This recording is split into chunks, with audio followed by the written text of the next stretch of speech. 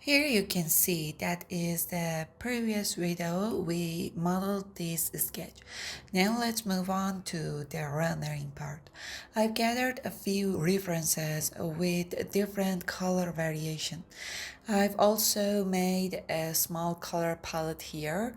These references are mainly for defining a color range and I'm aiming for a pink purple dreamy tone and I want the cork on the top be the complementary color something in the ochre range. Now let's go to the Maya and see how we can render it. Before we start, just one more thing I should mention is that since this process is a bit long, I've split the rendering material and lighting workflow into 4 separate parts. Each part is a standalone lesson, so if you only want to learn how to render the glass or make jelly material, you can just watch this first part. And if you have questions about lighting or feel stuck there, you can jump to the third lighting part and so on. I hope this structure makes it easier and more helpful for you. Well, let's start. First of all, clean up anything extra in the outliner. Then create a camera. Go to the Create menu on the top of the Maya and in the Camera section, add a camera. Hit the space key, go to the viewport panels and switch the perspective to camera 1 so we can see through the camera we just made. This is airframe. Turn on the resolution gauge so we can check airframing. Zoom in and place the object right in the center. The frame is rectangular and right now we have too much empty space around it. Composition is very important before we start working on the lighting and material. For now, as a starting point, we should try to set up a clean and proper composition. The less empty space we have around the object, the shorter the render time will be. So let's fix that in our render setting. Open it and first of all, switch render using to RedShift. Then scroll down, set the image format to JPEG and at the bottom, change the resolution, let's say 900 by 900 to have a clean square render. And this is just temporary size. And another important thing, after you finish framing your shot and positioning the object, make sure to lock the camera. Click the lock icon at the top so nothing moves accidentally. Next, in render setting, under progressive rendering, the default passes is 1024. I set it to half 512 just for our preview. We don't touch the other setting for now. Next thing we should do is select the whole object. It doesn't matter if it's from the outliner or from viewport. We select everything, then go to the RedShift menu and choose Object Properties. And create mesh parameters node for selection. We click that and as you can see this node is added in the outliner and becomes a child of all the objects. Now on the right side in the attribute editor under RedShift section we enable tessellation. By this way all the objects will render smooth. Well, next we need a base light. Go to the RedShift menu and choose a RedShift dome light. Next to the dome map slot, there is a little folder icon. We click it, go to source image, and there is an HDR folder. I've already put some HDRs there to make access easier. Well, now I choose my favorite dome light because of the color range it gives. Next, go to a render view and select your render camera. Take a render to see how it looks. This is the image of our dome light in the background, and that means we need to create a background.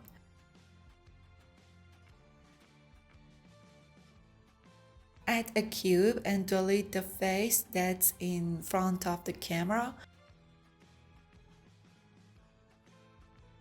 Now with the R key, scale it up and make it bigger.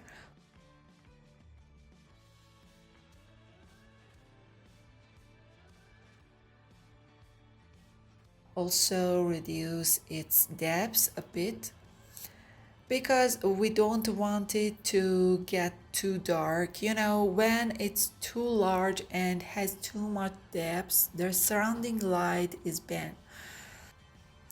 So reduce its depth and move it backward just enough.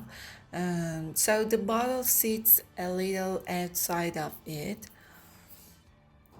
Well, refresh the IPR to check the result. Make sure the back face doesn't touch the bottle. It should have a bit of distance. And we don't delete the side faces because we want they catch a little bit of the surrounding light.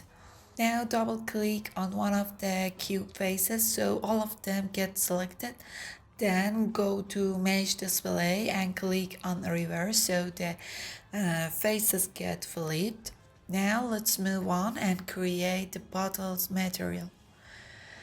Open the Hypershade window on the left side. In the RedShift section, add a RedShift material. The first thing we do is rename it. You can rename it either from the right panel or directly from the box here. I name it bottle so the materials don't get mixed up and it becomes easier to work with them. Right now we select the object, whether from the outliner or directly from the viewport, it doesn't matter. Then we right click on the material and choose assign material to object. If you check the render view, you will see that the Maya apply a default material like this to the object. Now you can adjust the setting directly here, or you can access the material setting on the right side of the Maya in the attribute editor, which is more convenient. Plus, we can see the render result directly in the viewport too. The first thing we want to do is create a glass bottle. So we go to the refraction section and increase the weight. If we set the weight to 1, we get a fully transparent glass look.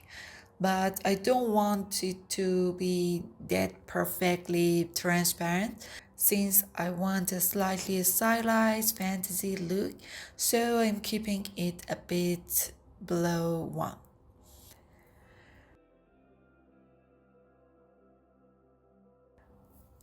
Alright, now let's move on to the color. In the diffuse section, double click on the color and the color picker window opens. In this color wheel, I want to choose a soft purple or a desaturated purple tone, lowering the diffuse intensity so the base color is less dominant and the model textures shows more.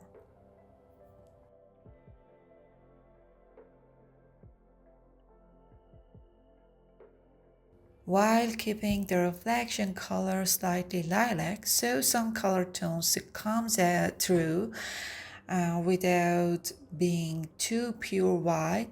This makes the model look more natural and soft and prevent the light on the surface from appearing too harsh. We want the appearance to be more fantastical, not exactly mimicking the real reflections and refractions.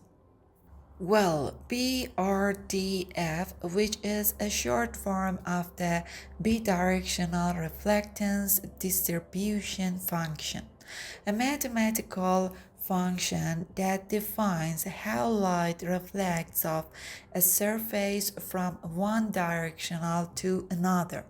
Simply, you can say that light comes from one direction. BRDF determines how it scatters or reflects on the surface. This function makes reflections and highlights look realistic, not artificial. Beckman is good choice here because of soft and natural reflections suitable for smooth and semi-glossy surfaces. Highlights are broad and gentle, not harsh, and good for materials that are slightly matte and soft like now, slightly tweak anisotropy, so reflections stretch and appear softer. This gives brushed fantasy look like without ruining the main details. Let reflections stretch and soften to enhance the fantasy feel.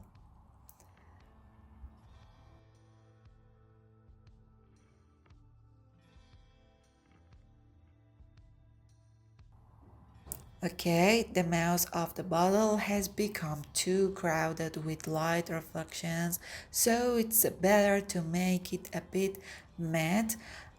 We should slightly reduce transparency and glassiness so the viewer's eyes isn't overly drawn to the bottle's opening, spreading focus across the whole form. For the reflection, in the colors section, there is a small checkboard icon. Double click it and a node window will pop up. Then we select a ramp here, and in the attributes section, you can see the ramp attributes.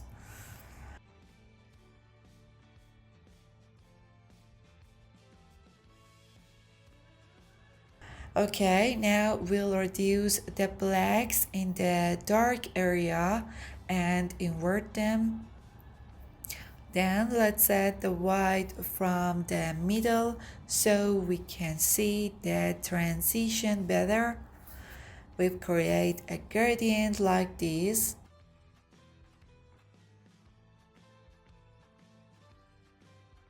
Now if we increase the weight again, you will be able to see that change more clearly. Right now, the color in the mouse area is still preserved.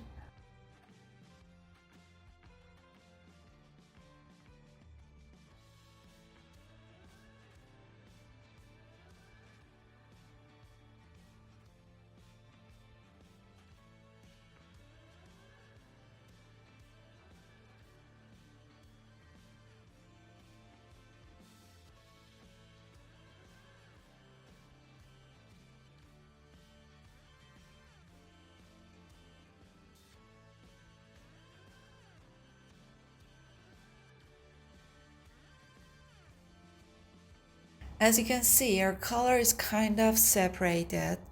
Uh, this is dark part. When it's black, it means it's completely opaque, and uh, the color is visible.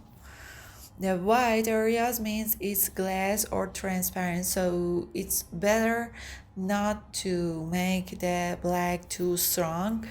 Now let's reduce the gray and make a smoother gradient. We can adjust the curve to see how it looks.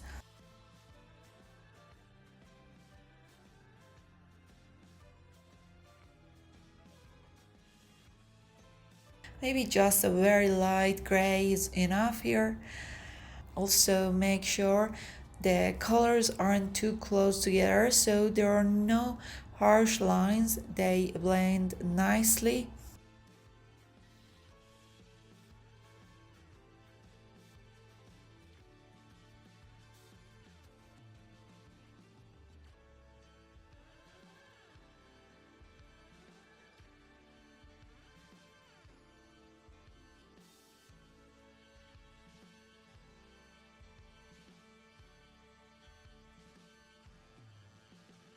Let's start creating the material for the liquid inside the bottle. Select it, open the Hypershade window and add a RedShift material. Before we do anything, it's a good idea to give this material container a name. Naming it keeps all your material organized, so even if you close and reopen the project, they stay in place. If you don't name it, the materials are still there, but sometimes your materials disappear here. You can't see them, and you would have to add them manually each time. Next, we go to the material we just added and rename it to liquid. In the render view, you will see that nothing is applied yet. But if we right click on the material and choose Assign Material to Object, it gets applied.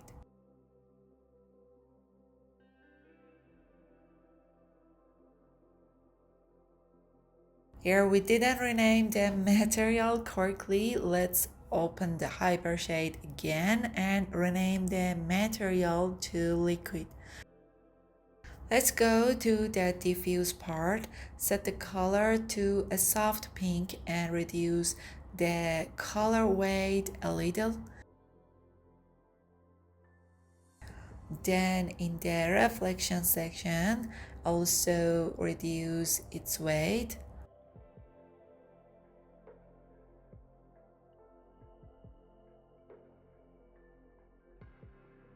I don't want it to be too strong or obvious, so go to roughness and add a little roughness, not too much because we don't want it too blurry or too sharp. We're aiming for a soft pastel look like.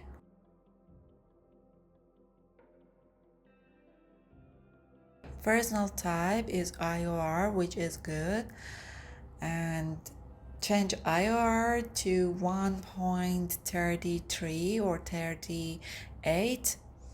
These are typical values for thick liquids like gels and serums. In the refraction section, change its color to pink.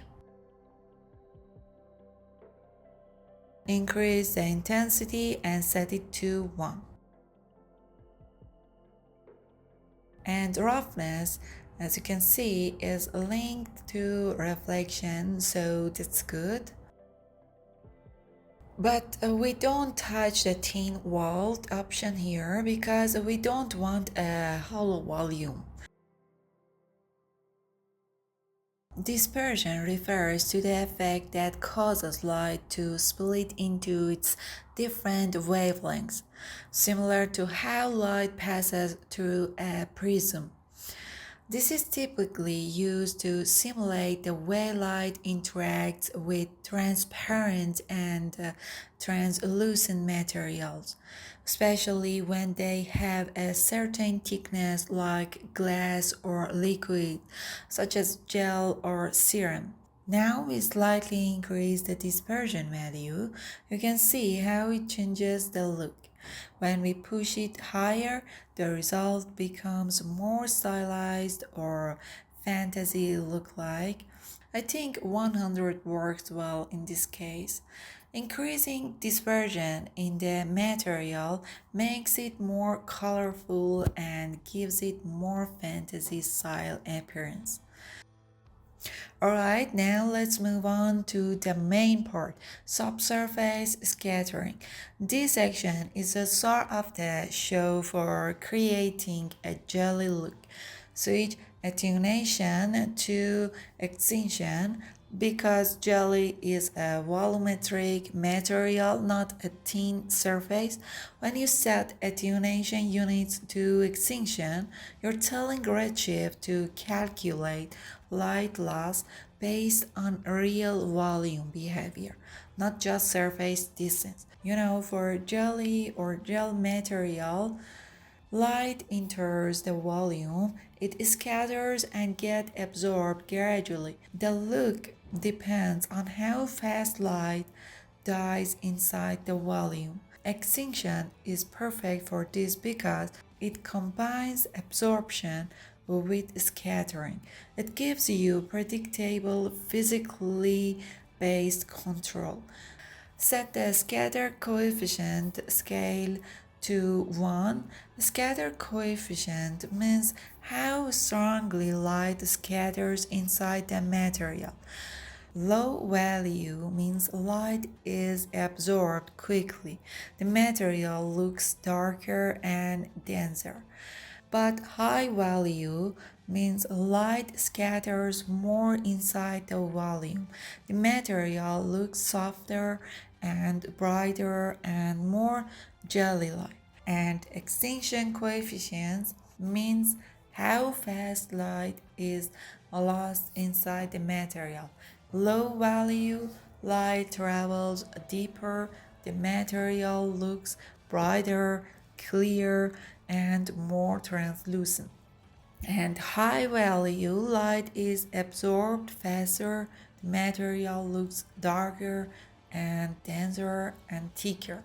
So simple rules is higher extinction coefficient, darker and denser look, lower extinction coefficient is brighter, more translucent look.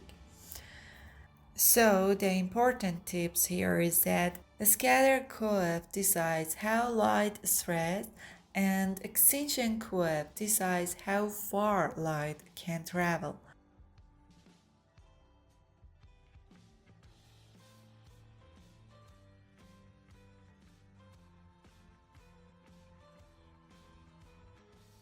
Then for extinction coefficient, I change it colors to green. Green light gets absorbed quickly.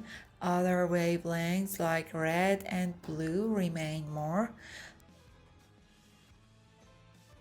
I choose a very light pink, just a subtle hint of pink.